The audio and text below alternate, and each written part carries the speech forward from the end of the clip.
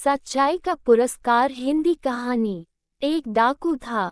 डाकू का काम होता है डाके डालना, लोगों को मारना, उनके रुपए गहने कपड़े लेकर 9-2-11 हो जाना होता है। यही काम उस डाकू का था। पता नहीं कितने लोगों को उसने मार डाला, न मालूम कितने पाप कर डाले। एक बार एक स्थान पर सत्संग हो रहा था। कोई संत कथा कह रहे थे। सत्संग में बहुत सारे लोग आए हुए थे। वो डाकू भी सत्संग में आया हुआ था।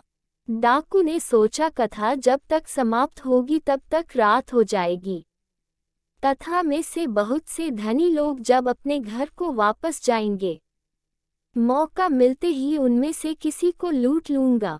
कथा जैसे ही समाप्त हुई तो सत्संग का प्रभाव उस डाकू पर भी पड़ा, क्योंकि कोई भी हो वह जैसे समाज में जाता है उस समाज का हो प्रभाव उस पर अवश्य पड़ता है। सत्संग में थोड़ी देर बैठने या किसी बहाने से कुछ देर वहां जाने में भी लाभ प्राप्त होता है। सत्संग का मन पर कुछ न कुछ प्रभाव अवश्य पड़ता है। कथा सुनकर डाकू को लगा कि ये संत तो बहुत अच्छे हैं। उसकी यह धारणा इसलिए बनी थी कि कथा में उसने सुना था कि मरने पर पापों का दंड अवश्य मिलेगा। इससे वह घबरा भी गया था। वह संत के पास गया, हाथ जोड़कर विनम्र शब्दों में संत से बोला, महाराज, मैं डाकू हूँ। डाका डालना मैं छोड़ नहीं सकता क्योंकि यही मेरी जीविका है। क्या किसी उपाय से मेरा उद्धार हो सकता है? संत कुछ देर तक सोच विचार करते रहे, फिर बोले, तुम झूठ बोलना छोड़ दो, तुम्हारा कल्याण होगा। डाकू ने यह बात मान ली। वह संत के पास से लौट पड़ा। कथा सुनने वाले सभी वापस अपने घर चले गए थे, अतः उनमें से किसी को लूटने पाटने का डाकू को अवसर ही नहीं मिला। डाकू ने फिर राजा के यहाँ डाका डालने को सोचा। डाकू राजमहल की ओर चल पड़ा। महल के पहरेदार ने डाकू को देखा तो उससे पूछा, कौन हो तुम?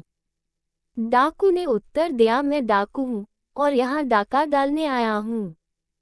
पहरेदार ने सोचा कोई राजमहल का ही आदमी है, देर हो जाने के कारण ऐसा बोल रहा है। उसने रास्ता छोड़ दिया और कहा, नाराज क्यों हो रहे, मैं तो एक सीधा सा सवाल पूछ रहा था।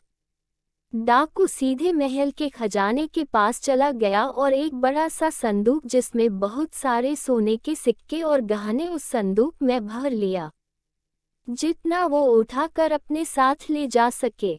डाकू ने उस संदूक को अपने सर पर रखकर बाहर निकला। पहरेदार ने फिर पूछा, क्या ले जा रहे हो? डाकू सोच रहा था कि यदि इतना धन लेकर मैं राजमहल से निकल गया और पकड़ा नहीं गया तो राज के बाद मैं कभी नहीं डाका डालूंगा, क्योंकि उसे अब ये काम करने में अच्छा नहीं लग रहा था। अतः बिना झिझक के उसने पहरेदार को उत्तर दिया, डाका डालकर ले जा रहा हूँ। पहरेदार ने सोचा ये कोई चिढ़ने वाला व्यक्ति है, इसलिए ऐसा उत्तर दे रहा है। संदूक में कोई साधारण वस्तु ही होगी, अतः उसने डाकू को नहीं रोका। सुबह होते ही राजमहल में हंगामा मच गया। गहने वाला संदूक गायब था। पहरेदार से पूछा गया तो उसने सारी बात बता दी। राजा ने गुप्त जनों से उस डाकू का पता लगवाया। उसके सच बोलने से राजा बहुत प्रसन्न थे। डाकू को राजमहल में बुलाया गया और राजा ने उससे वह गहनों से भरा संदूक नहीं लिया और उसे महल का प्रधान रक्षक बनने को कहा। डाकू ने फिर राजा से अनुरोध किया कि वो संदूक महल में वापस लाना चाहता है, उसके बाद ही वह राजमहल का प्रधान रक्षक बनेगा। राजा ने भी डाकू की बात मान ली और संदूक राजमहल में वापस आ गया। इस कहानी से हमें ये शिक्षा प्राप्त होती है कि हमें हमेशा अच्छे समाज में ही रहनी चाहिए, और अगर कोई गलत रास्ते पर हो तो हमें उसे सही रास्ता दिखाना चाहिए। तो दोस्तों, आपको ये कहानी कैसी लगी? यदि आपको कहानी पसंद आई हो तो लाइक, शेयर, कमेंट करें और चैनल पर पहली बार आए हो तो सब्सक्राइब करना मत भूलना। धन्यवाद।